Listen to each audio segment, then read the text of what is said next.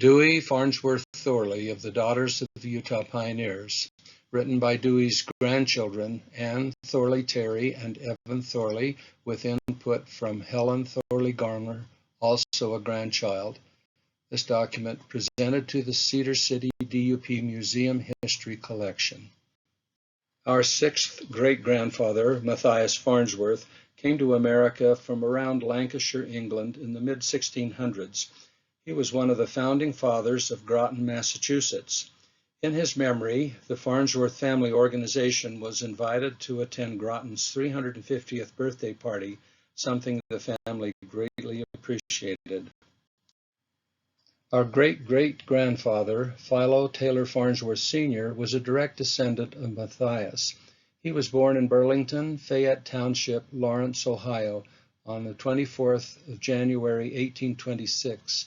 During Philo's early life, his family moved a lot, and at 17 years of age, he met Elder Franklin Dewey Richards, a missionary from the Church of Jesus Christ of Latter-day Saints.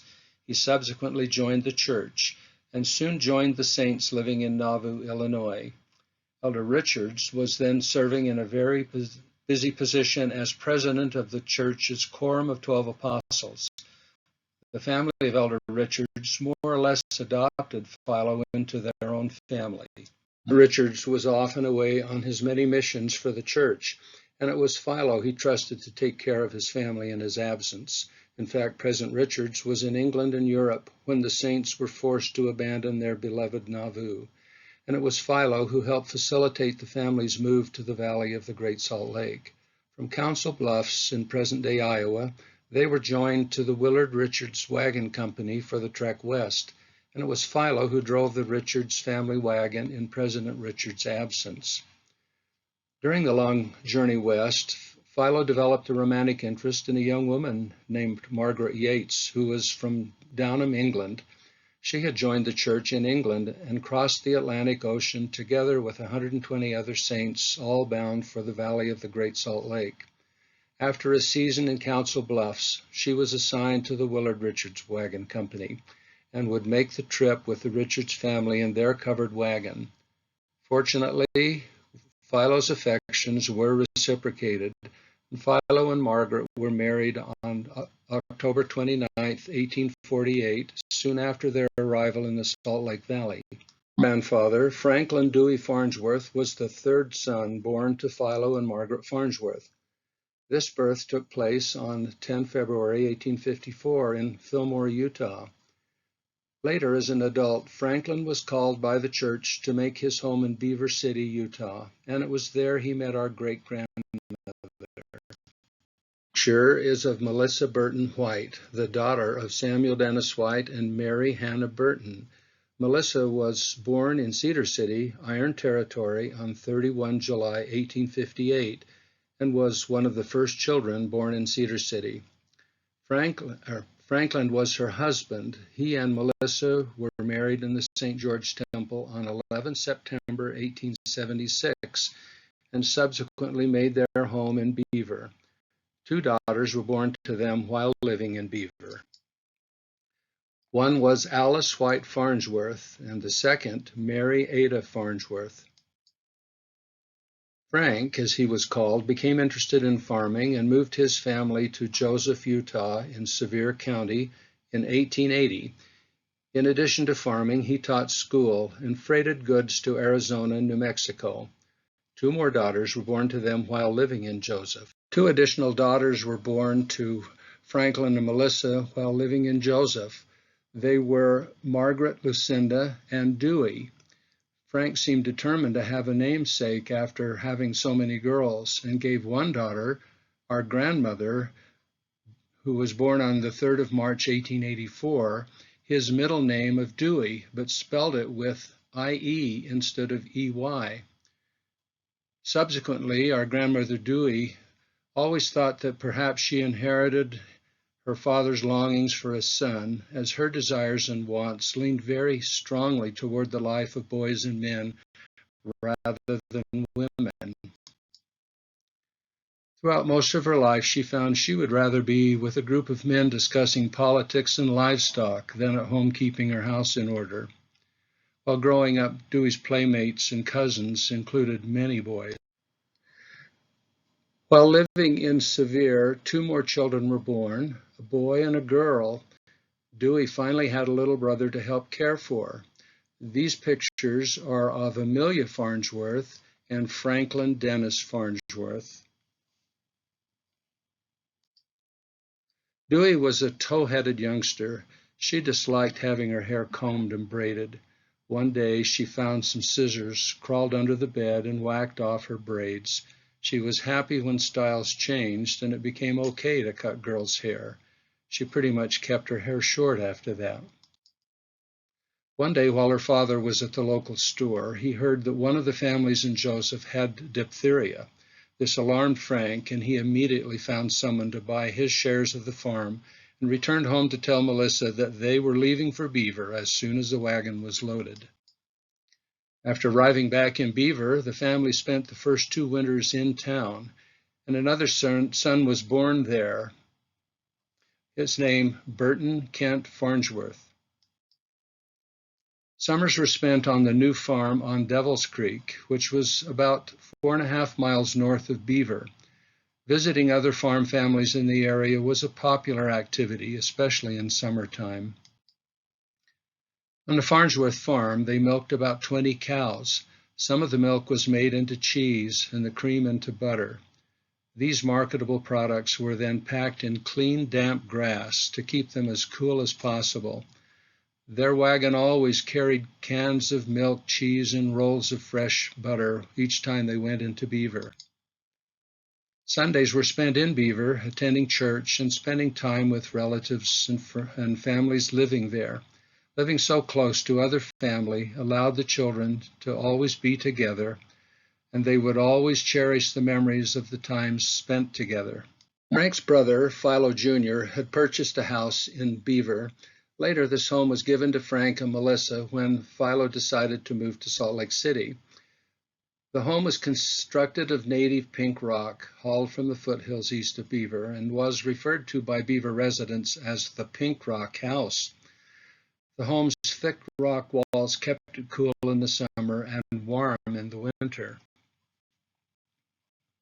Because the home had never been finished, walls and partitions were added by Frank and Melissa.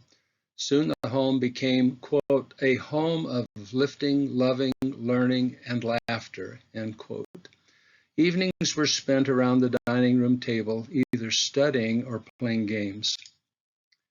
It was said by one of Dewey's brothers, quote, memories are the treasure of house of man, end of quote.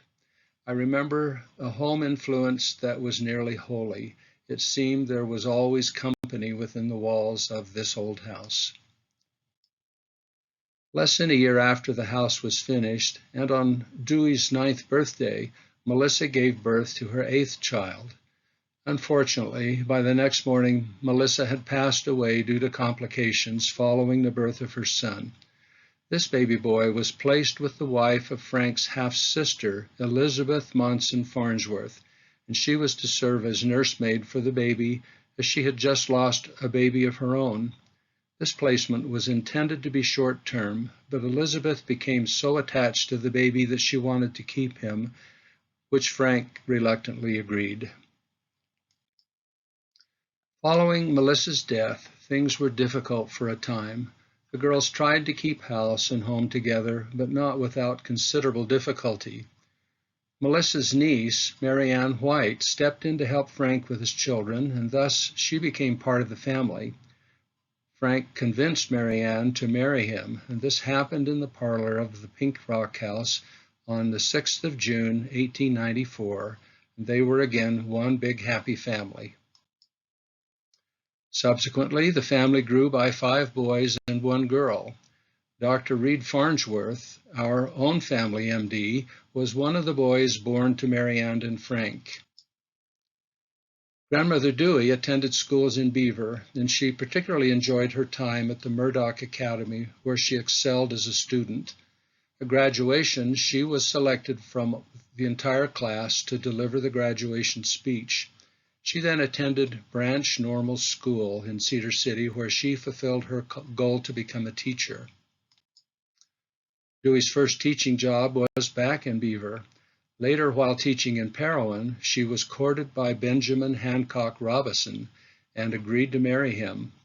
1 week prior to their wedding, as they were both visiting relatives and family in Fillmore, an unfortunate event altered their lives.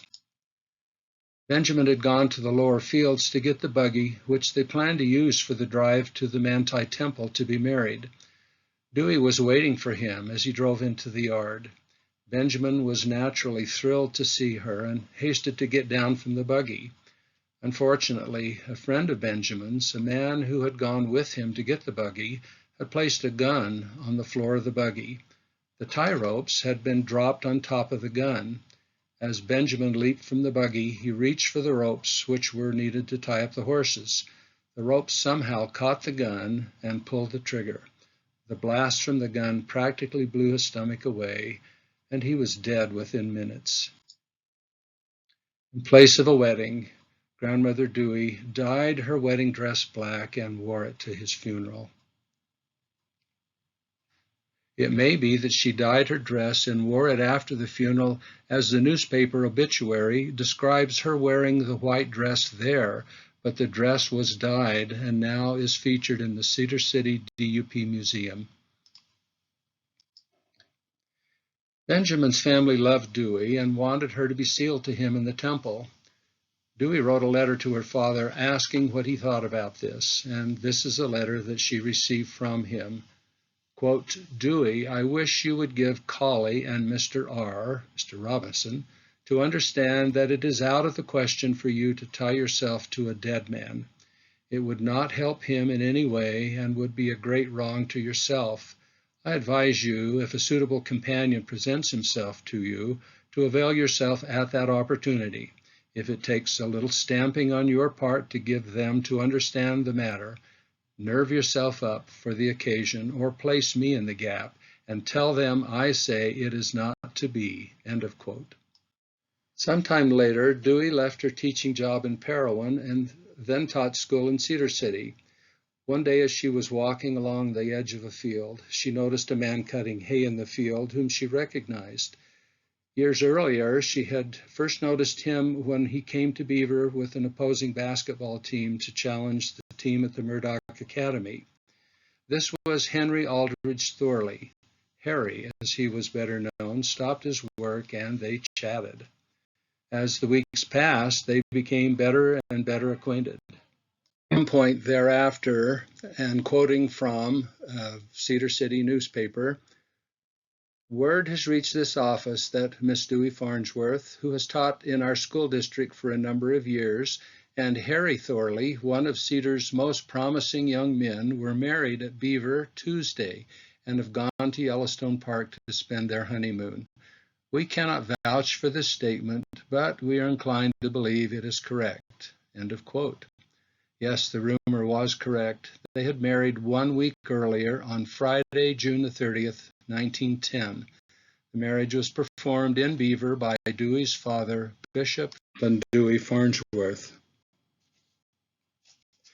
This picture is thought to be a picture of Dewey and Harry on their wedding day. And Dewey built their home at 300 South 300 West, which happened on the very property where Harry was cutting hay the day they met. This property is located just adjacent to the growing college at the time in Cedar City. Their new home consisted of a 2-storied house with a big front porch. A large lawn extended from the front of the home all the way to the street. As children, we remember the tall evergreen trees that adorned the yard on both sides, which were being planted when the home was being built. Grandmother had a way with flowers, and her walkways were lined with rose bushes and other beautiful flowers. The backyard gate led directly to the home of Frank Thorley. Frank was Harry's brother. Years later, this home, belonging to Frank and Sage Thorley, was donated to the college and became the Thorley Music Hall. Dewey and Harry had 3 boys and 2 girls born to them. Our father, Richard, was the oldest son. Harriet was the second child, and next was Dewey and Margaret, who were twins. While in utero, Dewey became oxygen deprived and was mentally handicapped from birth and required adult supervision all of his life. The youngest child was Philip, who was born years later after Dewey and Margaret. This lower picture is of Dewie Farnsworth Thorley. Harry was the owner of one of the biggest cattle and sheep businesses in all of southern Utah. His life was very busy. Much of his time in the summer was spent on Cedar Mountain with the sheep, and during the winter he was in the West Desert and at Modena with the sheep and cattle. As Richard, our father, grew older, the responsibility for the sheep and cattle business fell more and more to him, which included the supervision of several employees. The picture represents their home again years later as the mature trees grew around the yard. Ashby, our mother, was from Holden, Utah. After graduation from high school, she attended college at the Branch Agricultural College, or BAC, which was the college's name after being known as the Branch Normal School. There she had a scholarship but needed a job to supply for her day-to-day needs. A chance meeting with Margaret Thorley, also a student at the BAC, resulted in my mother going to work for Dewey as a housekeeper. By the time Mother was ready to graduate, Dewey had decided that Edna was going to be Richard's wife. In the meantime, Richard, our father, was in South Africa on an LDS mission and only knew of Edna through his mother's letters. By the time Richard returned from his mission, Edna had graduated with a 2-year certificate as a teacher and had returned to Holden. A bouquet of flowers at graduation included a note stating it was from Richard, but we all know who ordered them, and it was not Richard. They finally did meet on Richard's return home. Harry's instructions were, after picking Richard up at the train station in Salt Lake, they were absolutely to stop in Holden so Richard could meet Edna. The encounter was somewhat awkward, as they later related, but Richard invited her to come to Cedar City to attend a party that was planned to celebrate his return and for his upcoming birthday. Edna did so, and it was during this time together their romance began to blossom. After a brief period of courting, they determined to marry the following June, but as Richard would state, Uncle Sam came knocking, and Richard was drafted into the Army as the nation was engaged in World War II. The wedding did not happen in June as planned. Instead, while he was in training at Fort Ord, Oklahoma, Richard was able to arrange a short furlough and return by train to Utah long enough for them to marry. The wedding took place in the Salt Lake Temple on February 7, 1942. There was no honeymoon, as Richard had to return to Fort Ord. At the time, Edna was attending Brigham Young University and so returned to BYU to continue her education. This picture is of Richard and Edna's wedding day. The picture is of Richard and Edna, shown here in the photograph at the top, gathered with friends at Blue Springs, which was part of the Thorley Ranch.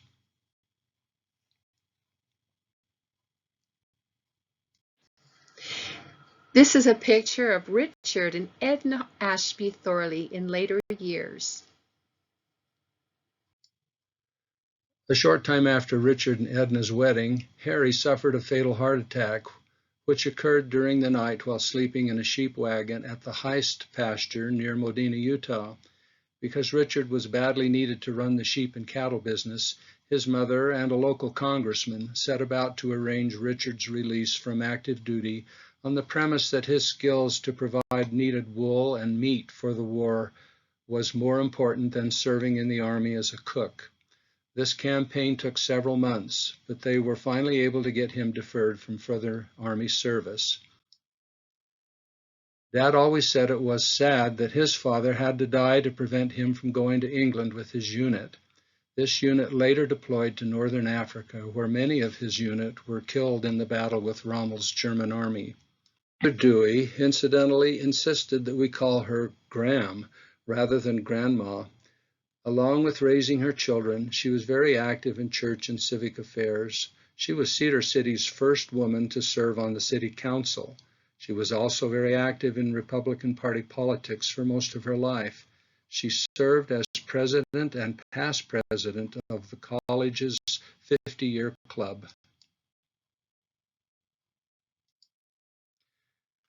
This photo likely represents her and other delegates to a GOP convention. The location is unknown. She was a charter member of the former Women's Civic Club and served as president of the Southern District of the Utah Federated Women's Clubs. She was an active member of the Daughters of the Utah Pioneers. Somehow, she also found time to serve in numerous positions in the auxiliary organizations of the Church of Jesus Christ of Latter-day Saints. A widow for much of her life, she lived doing things with her family and with her brothers and sisters. Our family shopping trips from Modena to Cedar City always included a visit to see her. We sometimes stayed with her for a few days at a time during the summer. She stressed the importance of school and encouraged us to read and develop our talents. For many years, our favorite Christmas Eve event was to pick Graham up at her home and drive a few blocks to the home of Dr. Reed Farnsworth, her brother, where our families enjoyed having a talent show together, exchanging gifts, and having a wonderful dinner. While in grade school, a special memory for us was having Graham go with us to California to tour the Los Angeles Temple prior to its dedication. While there, we stayed with one of Graham's brothers who lived in Venice, not far from the temple. Our visit included going to Knott's Berry Farm and to an oceanside aquarium. Our trip was unexpectedly extended when, as we reached Barstow, California, the car engine failed, and we had to spend a few days in a motel in Barstow until repair parts could be ordered and installed. One day in 1958, while we were visiting Ashby relatives in Holden, Utah, we received a telephone call from Dr. Farnsworth that Graham had been admitted to the Iron County Hospital, where she passed away on August 15th. Her death was hard to accept, but we have our fond memories of her and her teachings, which will always be with us. This picture is of her granddaughter, Ann Thorley Terry, holding her grandmother Dewey's wedding dress that had been dyed black when her first fiance's death happened unexpectedly. This is a family photo of Richard and Edna Ashby Thorley with daughters Helen, Ann, and son Evan Thorley. The single photo is of Helen Thorley Gardner.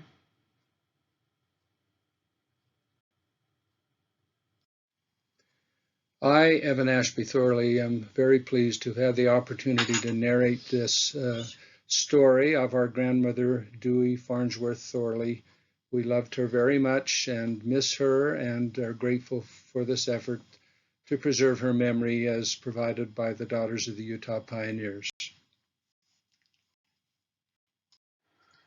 A special thank you to the Thorley family for sharing their story of their mother, Dewie Farnsworth Thorley, a truly remarkable woman with a special story which includes her pioneer grandparents and parents.